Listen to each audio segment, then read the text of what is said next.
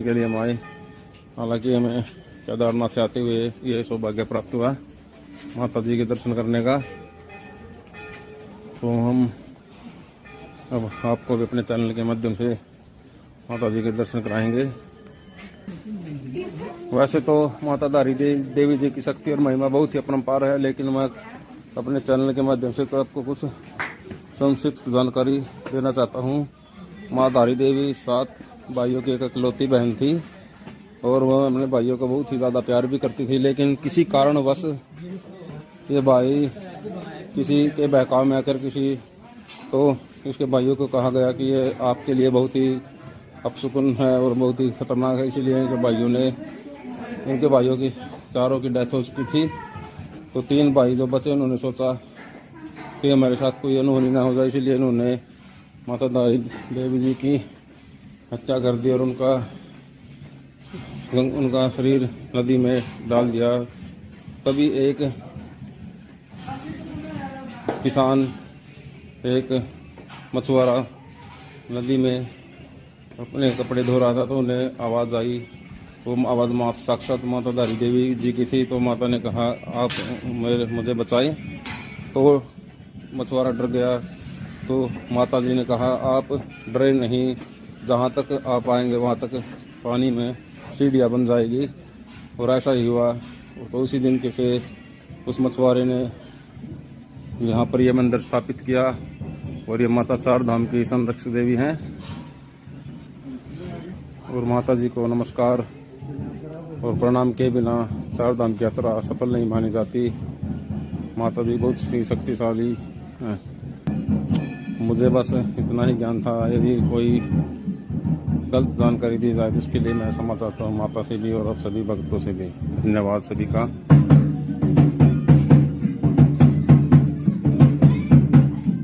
और ये माता जी के मंदिर में बैठे हुए हैं।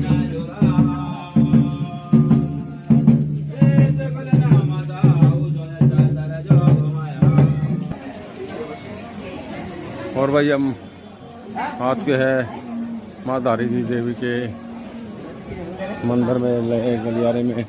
बहुत ही शानदार व्यवस्था, बहुत ही अच्छी व्यवस्था की गई है यहाँ पर। ये बिल्कुल नदी के बीचों बीच ये मंदिर बना हुआ है। 2013 में कुछ इंजीनियरों ने इस मंदिर को ऊंचा उठाने को और विस्थापित करने का प्रयास किया था, जिसके परिणाम स्वरूप माता जी काफ़ी रुष्ट हो गई थी और वो आपदा आई थी, जिसे सारा हिंदुस्तान ही नहीं बल्कि पूरा संसार जानता है।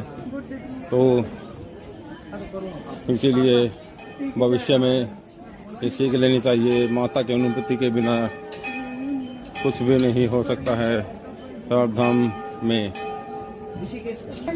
देखिए श्रद्धालु गण खुशी खुशी माता के दर्शन कर वापस आ रहे हैं, खुश आ रहे हैं। ये माँ धारी देवी जी का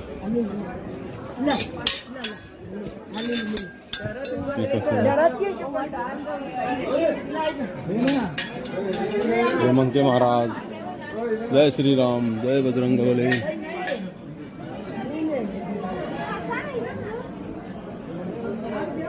और फाइनली हम माता जी के दरबार में पहुंच चुके हैं, जो मैंने ऊपर।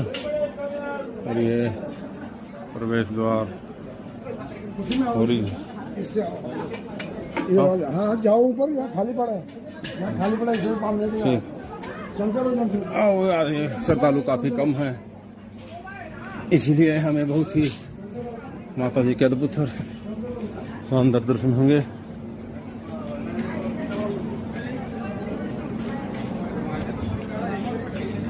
और ये मार्च के हम माता जी के मंदिर में। जय माँ धारी देवी।